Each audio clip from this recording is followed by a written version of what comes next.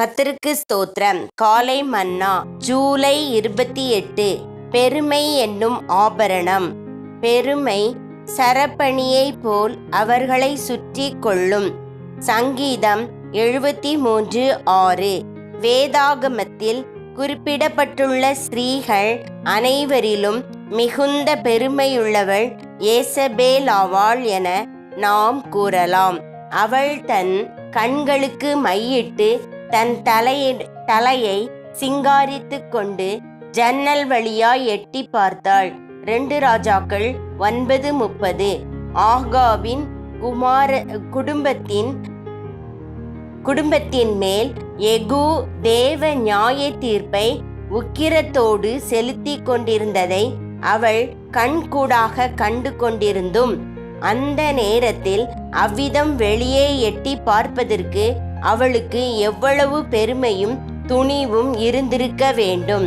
மயிரை பின்னி பொன்னாபரணங்களை அணிந்து உயர்ந்த வஸ்திரங்களை உடுத்து கொள்ளுதலாகிய புறம்பான அலங்கரிப்பு உங்களுக்கு அலங்காரமாயிராமல் சாந்தமும் அமைதலும் உள்ள ஆவியே உங்களுக்கு அலங்காரமாயிருக்க கடவது. 1 பேதுரு 3:3-4.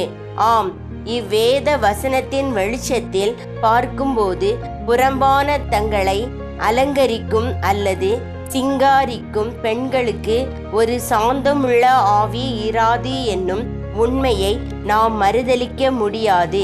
பழைய ஏற்பாட்டில் தேவ ஜனங்கள் தங்கள் தேவனுக்கு முன்பாக தங்களை தாழ்த்தின சந்தர்ப்பங்களில் எல்லாம் தங்கள் ஆபரணங்களை கழற்றினார்கள் என்று நாம் காண்கிறோம். ஆதியாகமம் 35:4.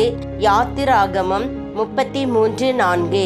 யேசபேலுடைய அகந்தை அவளுக்கு மிகவும் சபிக்கப்பட்டதொரு மரணத்தை சம்பாதித்து கொடுத்தது. அவளை கீழே தள்ளினதினால் அவளுடைய இரத்தம் சுவரிலும் குதிரைகளிலும் தெறித்தது. அவன் அவளை மிதித்து கொண்டு உள்ளே போனான். நீங்கள் போய் சபிக்கப்பட்ட அந்த ஸ்திரீயை பார்த்து அவளை அடக்கம் பண்ணுங்கள். அவர்கள் அவளுடைய தலையோட்டையும் கால்களையும் உள்ளங்கைகளையுமே அல்லாமல் வேறொன்றையும் காணவில்லை. 2 ராஜாக்கள் 9:33-35 வரை. நாய்கள் யேசபேலை தின்னும் என்னும் எலியாவின் வார்த்தைகள் உண்மையாய் நிறைவேறின. நாம் நம்முடைய புறம்பான அலங்கரிப்புகளை எல்லாம் களைந்துவிட்டு தகுதியான வஸ்திரத்தினாலும் நாணத்தினாலும் தெளிந்த புத்தியினாலும் தேவ பக்தி உள்ளவர்கள் என்று சொல்லிக் கொள்கிற ஸ்திரீகளுக்கு ஏற்றபடியே நம்மை அலங்கரித்து கொண்டு 1 தீமோத்தேயு 2:10 நம் தேவனோடு மனத்தாழ்மையாக நடப்போமாக. ஆமேன்.